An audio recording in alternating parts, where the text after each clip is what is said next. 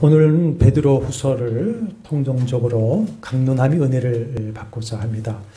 베드로 후서는 많이 읽혀지지 않고 또 설교되지 않는 책 중에 하나이지만 현대교회에 너무나 적실한 책입니다.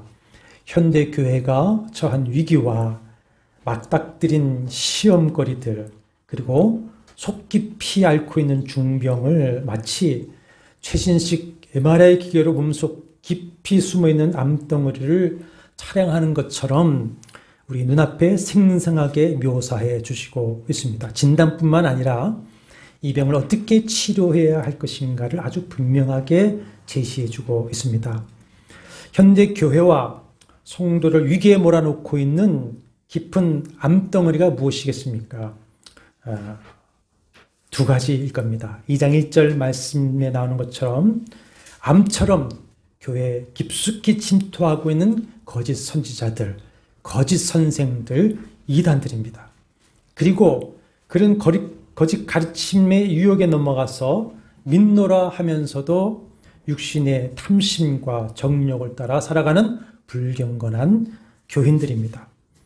베드로후서에서는 거짓 선지자, 거짓 선생, 이단의 특징을 여러 가지로 폭로하시고 있는데, 호색하는 자, 탐심하는 자, 무법한 자, 음란한 행실, 불법한 행실을 하는 자, 불의한 자, 더러운 정욕을 행하는 자, 당돌하고 자긍하며 비방하는 자, 음심이 가득한 눈으로 범죄하기를 그치지 아니하는 자, 탐욕에 연단된 마음을 가진 자. 2장 4절에 탐욕에 연단된 마음을 가진 자라고 하는 것은 자신들의 탐욕을 채우기 위해서 수단 방법을 잘 훈련해가지고 가지고 있는 자, 불의의 싹스를 사랑하는 자, 허탄한 자랑의 말을 토하며 그릇되게 행하지만 물 없는 샘 광풍에 밀려가는 안개 같은 자, 육체의 정욕을 가지고 음란으로 유혹하는 자, 거짓 자유를 준다고 말하는 자, 자기의 정욕을 따라서 진리를 조롱하는 자, 말씀을 사사로이 푸는 자, 말씀을 억지로 풀다가 스스로 멸망에 이르는 자다. 이렇게 거짓 선지자, 거짓 선생, 이단들의 특징을 쭉 열거해주고 있습니다. 이런 이들을 가리켜서 2장 13절에 보면 교회의 점과 흠이다. 이렇게 말씀합니다. 교회의 암덩어리라고 하는 것이죠. 하나님의 교회를 병들게 하고 무너뜨리며 믿는 자들을 신앙을 병들게 하고 멸망으로 끌고 가며 예수 그리스도의 복음을 변질시키고 나가서 파괴하려고 하는 사탄의 앞잡이 노릇을 하고 있는 것입니다. 베드로 후서는 이런 교회의 모습을 진단하고 그 처방전을 제시하는 말씀입니다. 문제는 초대 교회만의 이야기가 아니라 오늘 우리의 절박하고 긴급한 문제라고 하는 것입니다. 21세기 현대 교회에는 세계 각처에서 이단이 전례 없이 번성하고 있습니다. 꼭 통일교, 신천지, 하나님의 교회 등 정체를 드러내고 정죄된 이단뿐만 아니라 이단성을 가지고 있는 신사도 운동, 요즘에는 정통교단에서 이단으로 정죄를 하고 있습니다.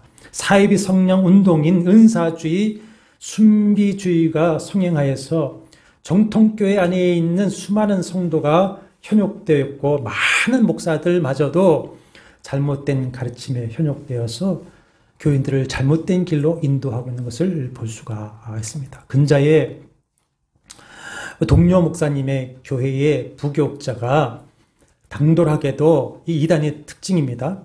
베드로 후서에 하시는 말씀대로 당돌하게 담임 목사님한테 목사님과 나는 영이 다릅니다. 이랬다는 거예요. 그러면 영이 다르다는 것은 무엇을 말합니까? 누구 한 사람은 성령이고 한 사람은 사탄이라는 것이죠. 그럼 자기가 사탄이라고 하지는 않을 거고 당신이 사탄이라고 하는 거죠. 근데 이게 잘못된 요새 신사도 운동하는 사람들이 하는 말입니다. 우리 영이 달라. 그 사람들이 성령이 다르다고 한다 그러면 잘못돼도 한참 다. 성령이 한 분이시지 두 분이십니까? 성령은 한 분입니다. 다를 수가 없습니다. 잘못된 것들을 교인들도 목사들도 이렇게 잘못 접해서 가르치고 있는 슬픈 현실입니다. 신사도 운동이라고 하는 것은 자신들이 사도와 선지자라고 하면서 자신들이 임명을 하고, 누구는 사도다, 누구는 그 사도라고 스스로가 한 사람이 또 선지자를 임명하면서 은사가 임했다고 하면서 거짓 예언을 하고, 성령 임파테이션, 성령의 전의를 통해서 은사운동, 시운동을 한다는 집단인데, 여러분, 사도와 선지자는 교회가 세워지고 신약 성경이 완성되면서 끝난 직분입니다. 성령의 전이라고 하는 것, 임파테이션이라고 하는 것은 성령과 은사를 자기가 임의로 전이할 수 있다고 하는 것인데, 이것은 성령의 하나님됨을 모독하는 이단적인 행위입니다. 어떻게 성령을 자기 마음대로 주고받고 은사를 주고받습니까? 그 모든 성령이 임하심과 은사는 성령 하나님의 주권적인 행위인 것이죠. 이단입니다.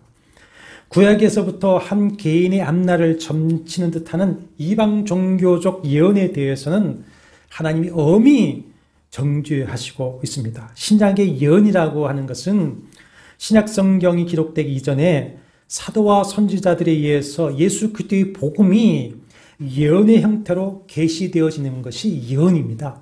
그 사도들과 선지자들의 예수 그리스도의 복음의 예언이 어떻게 된 겁니까? 말씀으로 기록되어서 전달되어진 것입니다. 그러므로 이 땅에 주님의 교회가 세워지고 성경의 계시가 완성된 이후에는 사도와 선지자의 직분은 종결되었습니다.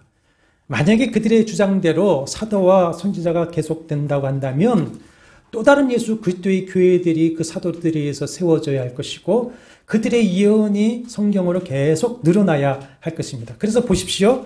몰몬교나 안식일교 등은 자신들의 교주가 선지자다라고 해서 그 선지자들이 계시를 받은 것을 성경으로 기록하고 또 다른 교회를 세운 것입니다.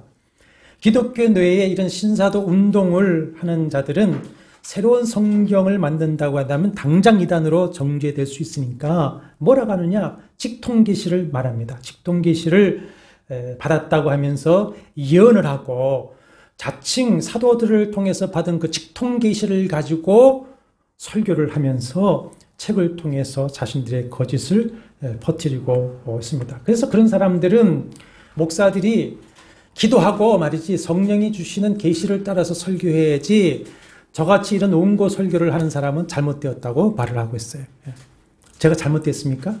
저는 원고 설교를 하면은 99%를 그대로 하고 내려갑니다. 잘못됐다는 거예요.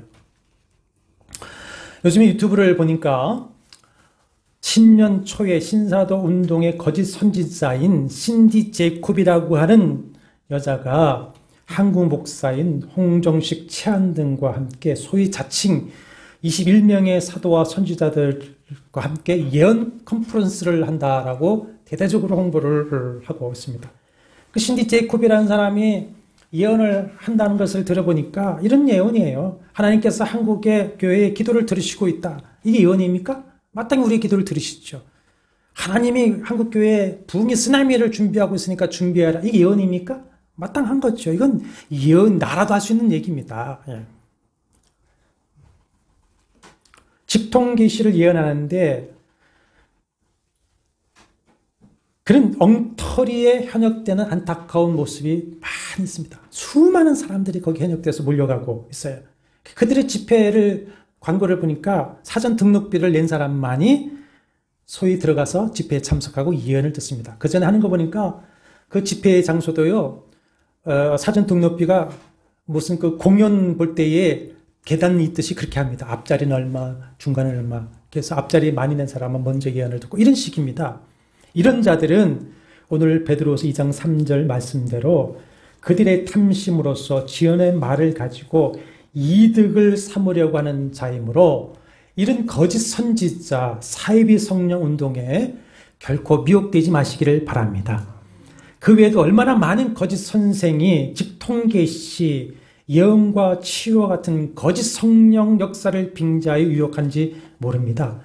그런 거짓 은사로 성도들의 영혼과 삶을 자신에게 예속시켜버리고 성도들을 통해서 자신들의 이익과 탐심과 욕망을 채우려고 하는 악한 행동입니다. 그렇지 않습니까? 말씀드렸듯이 무슨 예언을 듣고 축복 기도를 받고 기도를 받기 위해서 먼저 회비를 등록해야 되고 많은 비용의 헌금을 미리 해야 한다는 말입니까? 여기 용인에 있는 대교회 목사님한테도 한번 기도받고 예배를 드리려면 몇백만 원씩 먼저 드려야 됩니다. 전형적인 싹군이죠. 양의 탈을 쓴 일이죠. 사입이 선지자의 사입이 선생인 것입니다. 이런 거짓 선지자, 거짓 선생, 이단을 어떻게 분별하며 어떻게 그들의 거짓 가르침과 악한 영향력으로부터 자신과 교회를 지킬 수 있겠는가? 이런 거짓된 목자의 소나귀에 있는 양무리를 어떻게 하면 건져낼 수 있는가? 이 절박한 현대 교회의 질문에 답을 주시고 있습니다. 그래서 베드로 전서는 무슨 매뉴얼이라 했습니까?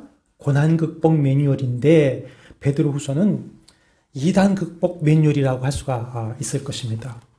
계룡병부에서 설명한 바와 같이 사도 베드로는 주 68년에 순교했는데 순교 직전에 로마에서 이 후소를 기록한 것으로 봅니다. 디모데후서 4장에 보면 사도 바울이 자신의 죽음을 얘기하면서 디모데 후서를 기록한 것 같이 1장 12절에서 15절에 의하면 사도 베드로 역시 주님으로부터 자신이 장막을 떠날 것이 임박한 줄 알게 되었습니다. 그래서 떠나기 전에 정말 안타까운 목자의 심정을 가지고 기도하면서 성령의 감동을 따라 이 글을 기록해서 친필로 기록해서 소아시아 교회와 성도들에게 보낸 것입니다. 당시 소아시아 일대에는 거짓 선지자, 거짓 교사, 이단이 교회에 침투하였고 장차 이들의 활동이 기승을 부릴 것을 예감을 하고 있었던 것이죠.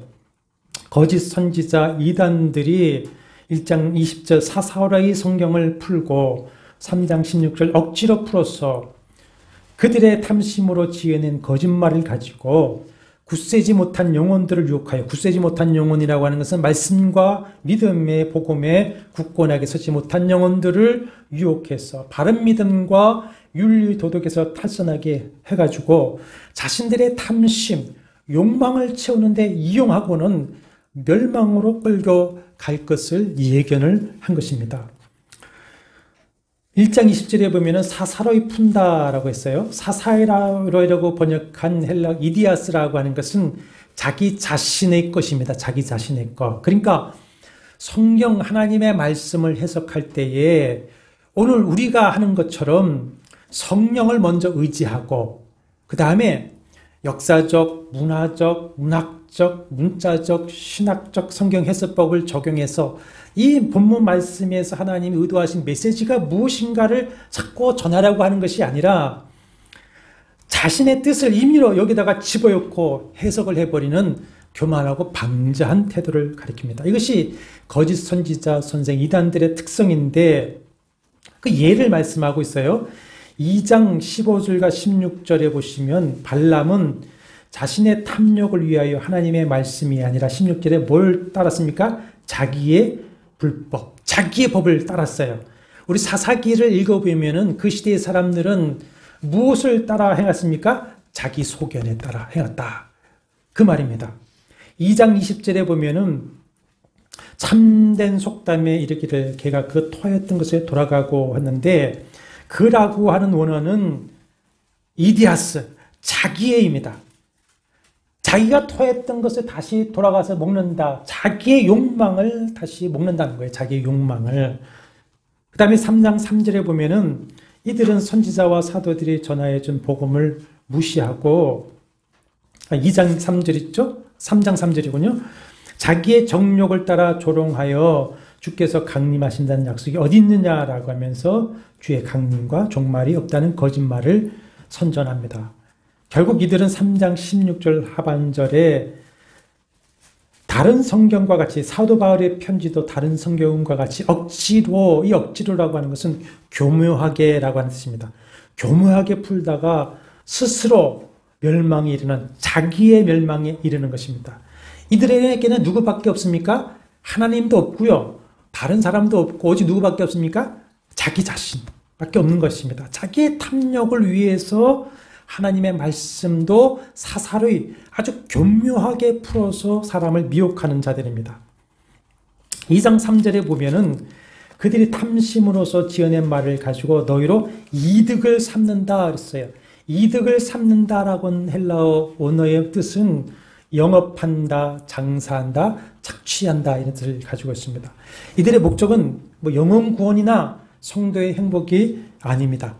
자신의 물질의 욕심, 명예, 욕망을 위해서 성도들을 이용하는 것입니다. 이 목적을 위해서 성경을 사사리 교묘하게 해석해서 지어낸 말로 성도들을 어떻게 하냐 상품화합니다. 성도들이 영업의 대상이 되는 것이고 장사의 도구가 되는 것이고 착취의 대상이 되는 것입니다. 이것은 꼭 이단 교주들만의 행위가 아닙니다.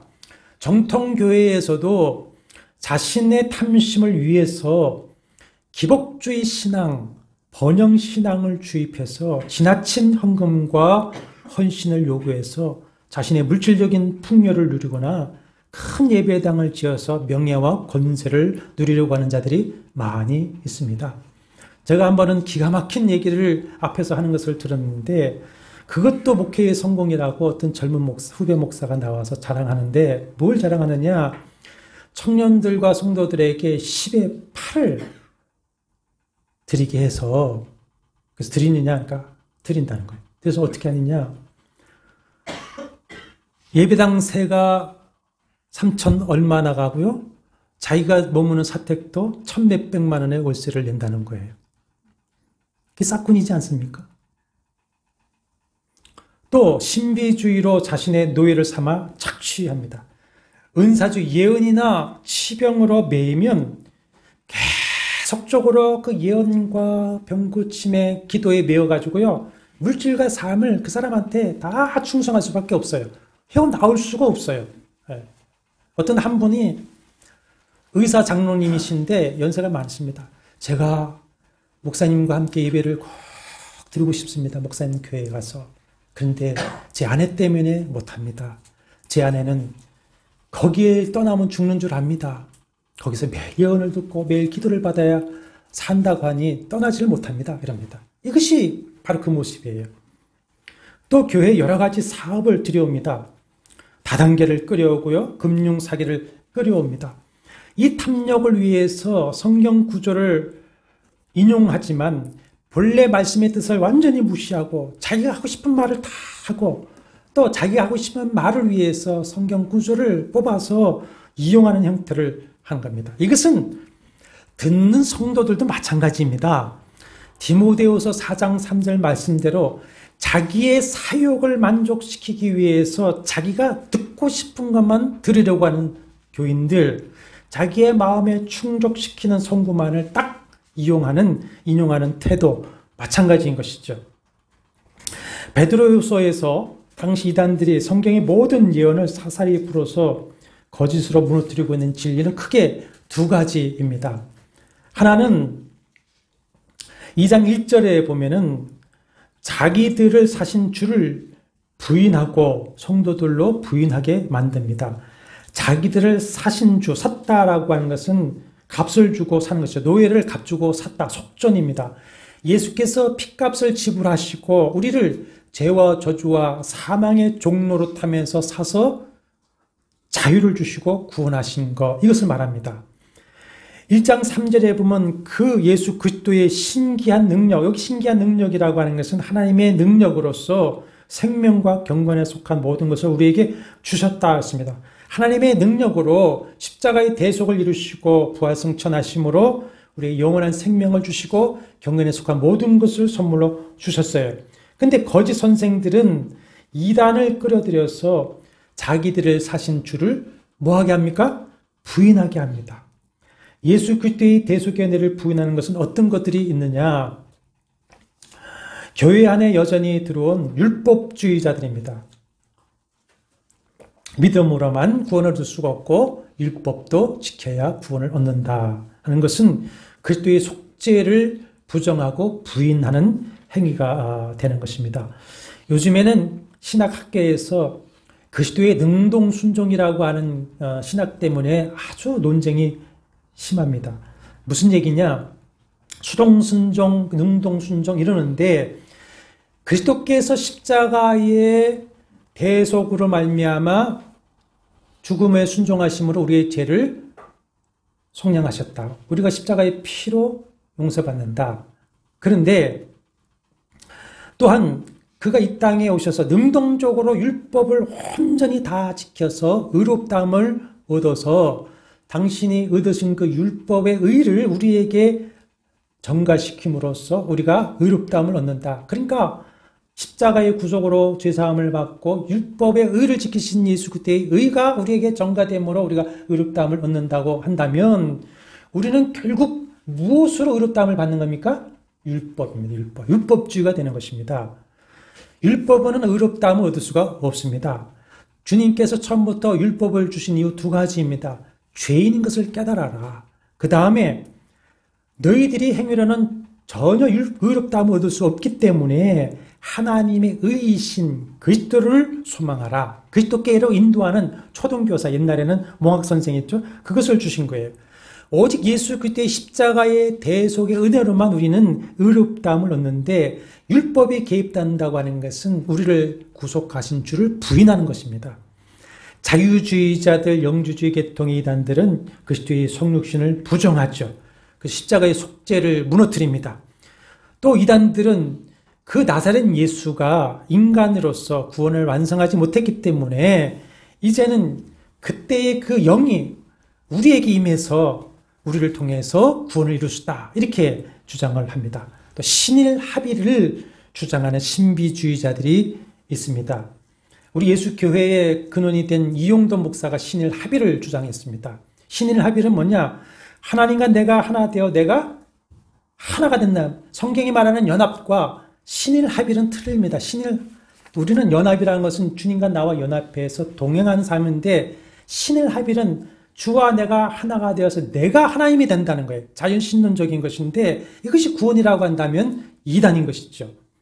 또 인간의 타락은 죄가 아니라 성적 타락이라고 해서 피가름을 주장하는 통일교의 문선명이라든지 또 정명석이라든지 하는 사람들 있어요. 카톨릭의 면죄부도 있습니다. 개신교에도 면죄부 같은 것들을 행하고 있습니다. 뭐냐? 속죄제물을 바쳐라, 회개예물을 바쳐라 하는 것입니다. 여러분, 회개는 예수 그리스도의 피의 대속으로 하는 겁니다. 모든 헌금은 이미 그리스도의 속죄로 구원받은 것에 대한 뭡니까? 감사입니다. 감사. 회개를 위한 회개 예물을 바치라고 한다면 그것은 그리스도의 십자가의 구속을 부인하는 겁니다. 이런 것들은 다 거짓 선생들이 사사로이 교묘하게 성경을 풀어서 교인들을 자신의 욕망을 채우기 위한 도구로 이용하려고 하는 것이죠.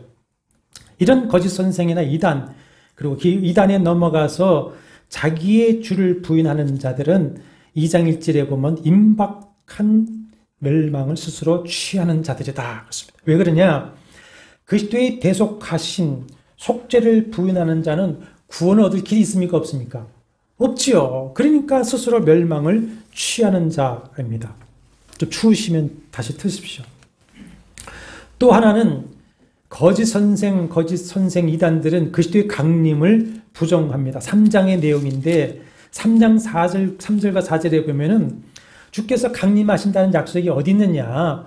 조상들이 잔으로부터 만물이 처음 창조될 때까지 같이 그냥 있지 않느냐라면서 조롱을 합니다.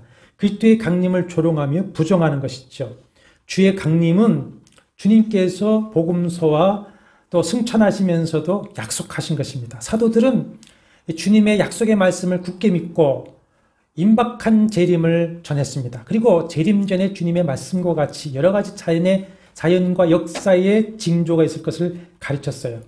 그래서 지난 시간에 베드로 전서에 권면하신 말씀과 같이 초대교회 성도들은 박해를 받고 불로 연단하는 같은 믿음의 시련에서도 그리스도께서 나타나실 때, 강림하실 때에 칭찬과 영광과 존귀를 얻게 되는 그 하늘의 간직한 영원한 유업을 소망하면서 어떻게 합니까? 참고 견디며 기뻐하고 있었던 것입니다. 그런데 주의 강림이 더딥니다. 믿는 자들 중에서 자꾸만 죽습니다. 고난 중에도 신앙을 지키고 있던 성도들에게 이것은 큰 불안 요소요, 시험의 요소가 되고 있었습니다. 거기에다가 가만히 들어온 이단들이 재림을 부정합니다. 그들의 논증을 보면 봐라. 옛날부터 지금까지 그 모든 역사와 자연이 그대로지 않느냐. 그 말씀한 징조가 없지 않느냐. 처음과 같다. 흔들릴 수밖에 없지요. 더군다나 오늘은 더 그렇죠. 그로부터 또 얼마가 지났습니까? 2000년이 지났으니 저도 목사로서 주님이 곧 강림하실 겁니다. 그러면은 눈을 보면 글쎄 이러는 분들이 많이 있습니다. 글쎄. 그런데 거짓 선생들이 이렇게 주의 강림을 부정하는 이유가 무엇인지 아주 그 MRI로 찍듯이 그 속을 들여다보고 있어요. 3장 3절 하반절 보십시오. 자기의 정욕을 따라 행하며 조롱한다 했고요. 3장 5절에서도 이는 하늘이 옛적부터 있는 것과 땅이 물에서 나와 물로 성립된 것도 하나님의 말씀으로 된 것을 그들이 일부러 잊으려 함이로다. 하나님의 말씀을 일부러 잊으려 하고 부정하는 이유가 뭡니까? 자기들의 정욕을 따라 행하기 위함이다. 자기들의 정욕에 빠져서 방탕한 생활하는 것을 정당하기 위한 것이에요. 그래서 스스로 그리스도의 강림에 대해서 스스로 잊어버리려고 하고 의도적으로 교인들에게 숨기고 있는 겁니다. 강림에 대해서. 그러면 그리스도의 강림과 심판이 없다고 여겨진다면 굳이 우리가 하나님의 말씀을 따라 구별된 삶, 성별된 삶을 살 필요가 있습니까? 없습니까? 없지요. 부활이 없다고 한다면 그저 우리도 육신의 정욕과 욕심대로 살면 그만입니다.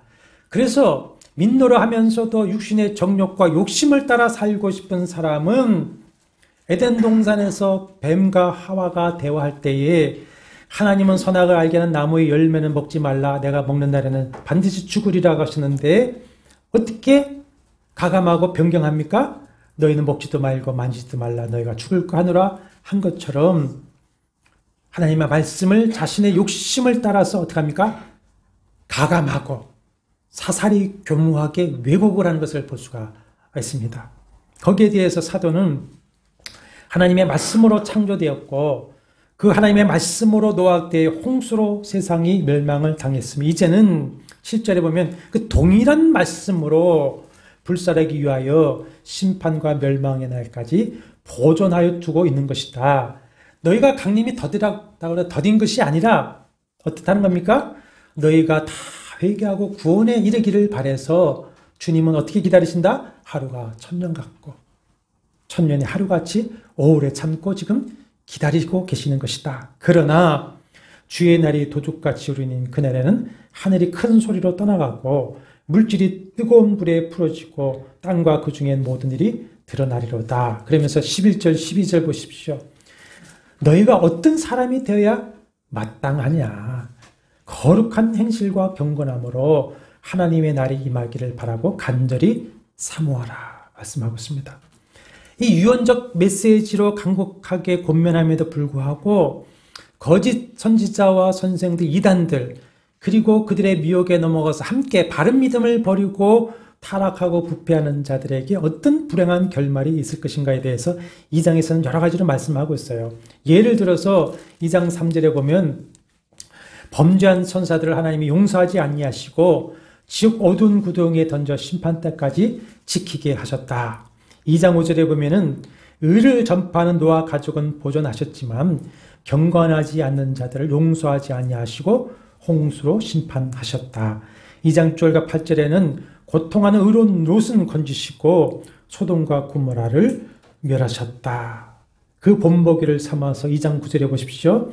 주께서 경건한 자는 시험에서 건지실 줄을 아시고 불의한 자는 형벌 아래 두어 심판날까지 지키시며 12절에 그들의 멸망 가운데서 멸망을 당하며 신문대로 거두게 하시는 하나님의 공의의 법칙을 따라서 13절에 보면 불의의 값으로 불의를 당하며 17절에 보시면 캄캄한 어둠이 예비되어 있다.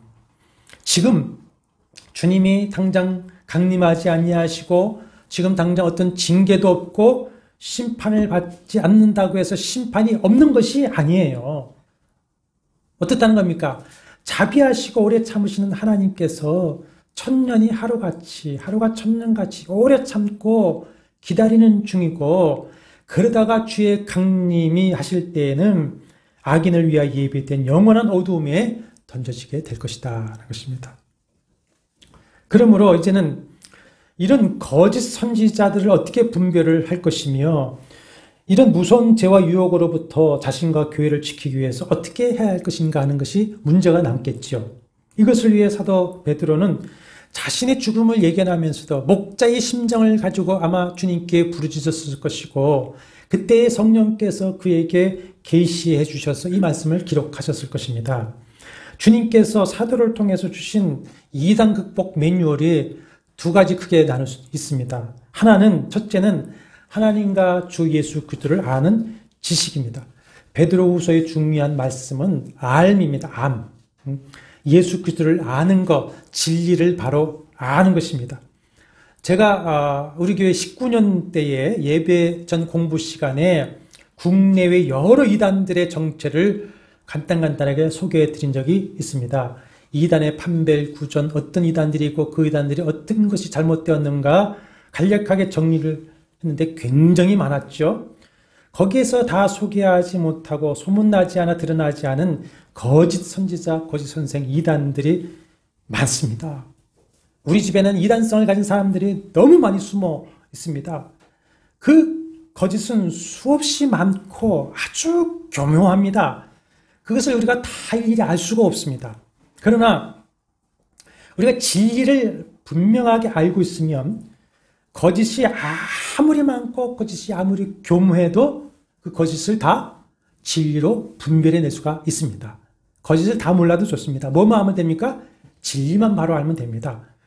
하나님과 주 예수 그리스도를 아는 지식, 그 알미 충만해지면 거짓의 미혹을 다 분별해 알 수 있는 것이고 그 진리에 굳건하게 서 있기만 하면 어떤 거짓의 미혹에도 우리는 흔들리지 않을 수가 있어요. 그래서 베드로후서는 예수를 아는 암, 지식에 대해서 아주 반복해서 강조 말씀을 하고 있습니다. 1장 2절 보십시오.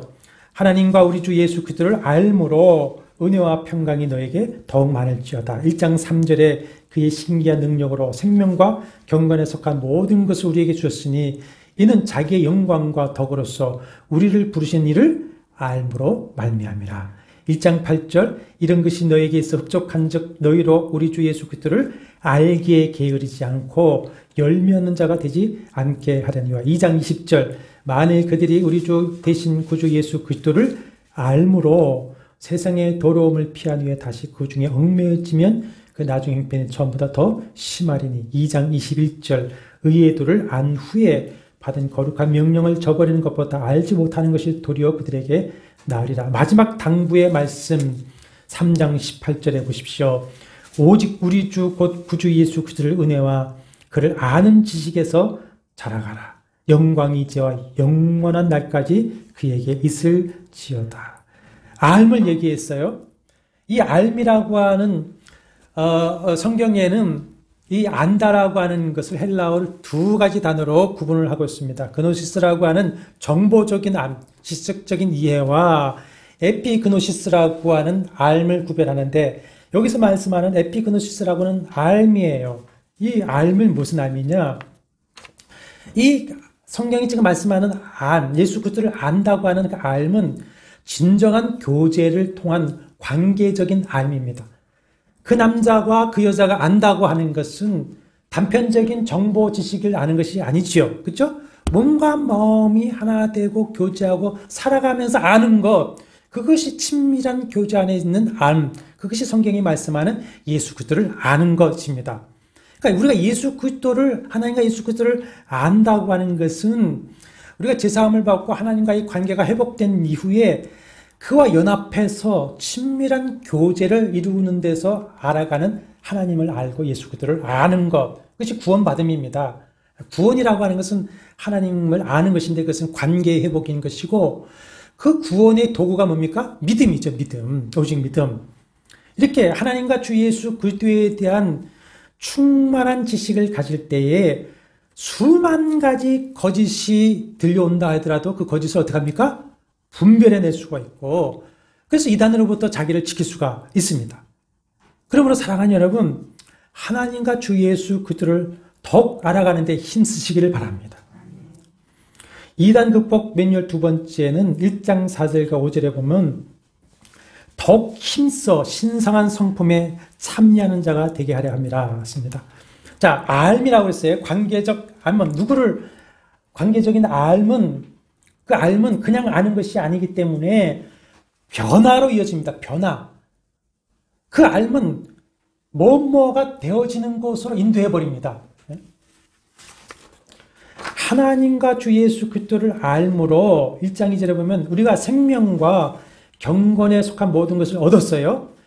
그리고 이 알을 주신 하나님과 예수 그리스도를 아는 알을 주신 목적이 뭐냐? 되게 하기 위함이다. 뭐가 되게 하기 위해서 신성한 성품에 참여하는 자가 되게 하려 하셨다. 그렇습니다. 신성한 성품이라고 하는 것은 하나님의 성품, 주 예수 그리스도의 성품이죠. 하나님의 성품에 참여하는 자가 되게 하려 하셨다. 그렇게 될 때에 1장 8절에 보면 열매 없는 자가 되지 아니하고 9절에는 맹인이 되지 않는다. 맹인은 뭡니까? 이 땅만 바라보고 영원한 나라를 바라보지 않게 된다. 그 다음에 10절과 11절에 신성한 성품에 참여할 때 흡족하게 될 때에 부르심과 택하심을 굳게 하여서 실족하지 않게 되고 예수 그리스도의 영원한 나라에 넉넉히 들어가게 된다. 뭘 강조하십니까? 변화된 성품이다. 예수 그리스도의 성품. 성경을 많이 말하고 어떤 신령한 은사들이 그런 영적인 은사들이 많이 행하고 나타나더라도 그에게서 이 신성한 성품이 전혀 나타나지 아니한다면 그는 성령으로 하는 것이 아닙니다. 그러면 왜 지식에 그치지 않고 성품의 변화가 충만해지는 것을 강조하시느냐? 여러분, 한 예를 들면요.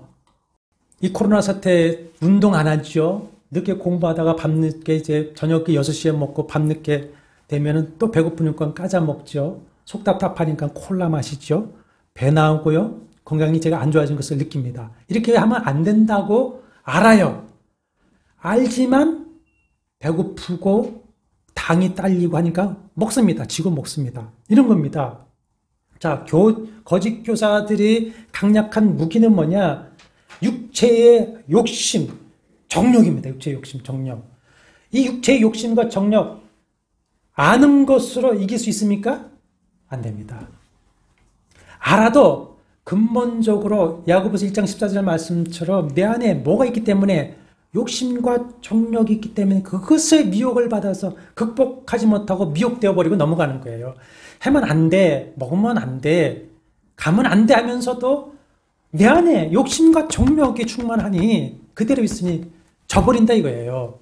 그래서 성품의 변화가 중요하게 강조되는 거예요. 성품이 변화되어 버리면, 하나님의 성품이 변화되어 버리면 거짓을 분별할 수 있을 뿐만 아니라 욕심은, 미혹은 뭐 때문에 일어나는 겁니까? 내 안에 욕심 때문에. 그러면 신성한 성품에 참여했기 때문에 미혹에 넘어갑니까? 안 넘어갑니까? 안 넘어가는 것이죠. 그렇기 때문에 이단 극복 매뉴얼로서 예수 그리스도를 아는 지식에 충만해지고 그 충만한 지식을 가지고 어떻게 하라? 주님의 성품에 참여하라. 그것이 흡족하도록 해라. 흡족하도록. 그래서 흡족한 상태에 이르도록 더욱 힘써라. 이렇게 말씀을 하고 있어요. 시간이 많이 가서 말씀을 마쳐야 되는데 우리 성도는 예수께서 강림하실 때의 영광에 들어가도록 약속을 받고 그 소망 가운데 사는 사람인 줄로 믿습니다. 그러므로 그것을 믿고 소망하면서 종말론적인 거룩한 삶을 살아가시기를 바랍니다. 오늘 더욱 주님을 알아가시고 성령을 의지해서 믿음과 거룩한 삶을 매일매일 살아가시기를 바랍니다. 그럼 우리가 거짓에 속지 않게 될 것이고 주님이 우리에게 주신 그 생명, 은혜, 평강을 풍성하게 누리게 될 줄로 믿습니다. 성령 하나님, 저희로 주 예수 그리스도의 그 크신 사랑, 하나님의 은혜를 더 깊이 알게 하여 주옵시고 그 알을 통하여서 주님을 더욱 닮아가게 하여 주옵소서. 모든 거짓을 분별하고 미혹받지 않을 만큼 흡족하게 우리로 하여금 지식과 성품이 성장하게 도와주셔서 하나님이 주신 이 생명과 은혜와 평강을 빼앗기지 않게 하여 주옵시고 주님 오시는 날까지 이 크신 은혜를 풍성하게 누리며 하나님 나를 위해서 쓰임받다가 주님 오시는 그날에 할렐루야 찬양하며 주를 영접하고 칭찬과 영광과 존귀를 얻는 저희 될 수 있도록 성령 하나님 도와주시옵소서. 한 주간 삶을 살아갈 때에도 성령님 순간순간 오늘 말씀이 사랑하는 성도들 마음에 살아 역사하여 주시옵시고 말씀이 인도하여 주시고 붙들어 주시어서 승리하게 하여 주옵소서. 예수님의 이름으로 간절히 기도합나이다. 아멘.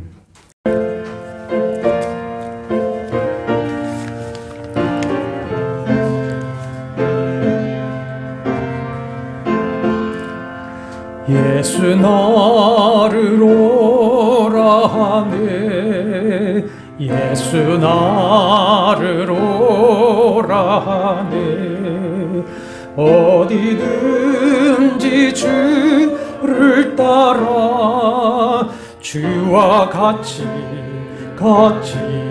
가려네 주의 인도하심 따라 주의 인도하심 따라 어디든지 주를 따라 주와 같이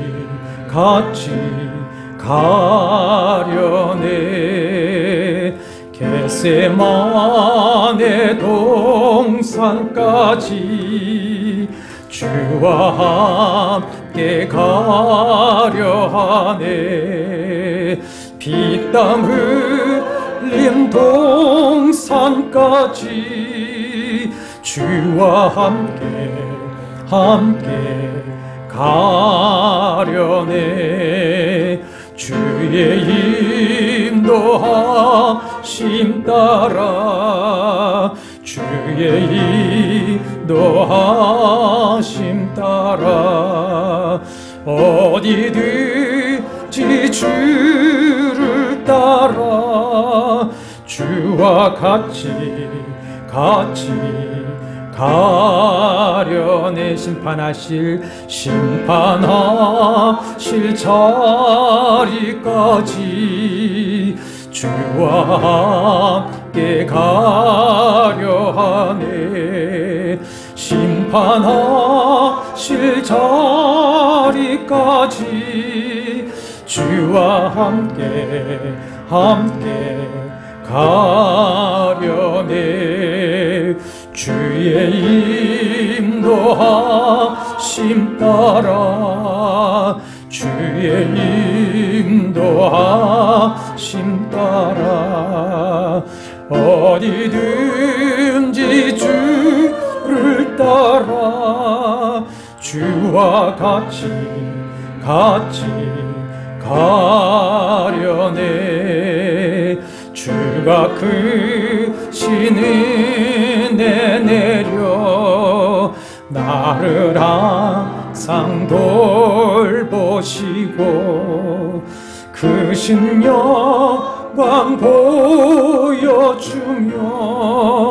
나와 함께 가시네 주의 인도하심 따라 주의 인도하심 따라 어디든지 주를 따라 주와 같이 가려네 주 예수 그리스도의 은혜와 하나님의 사랑과 성령의 교통하심이 너희 무리와 함께 있을지어다. 아멘.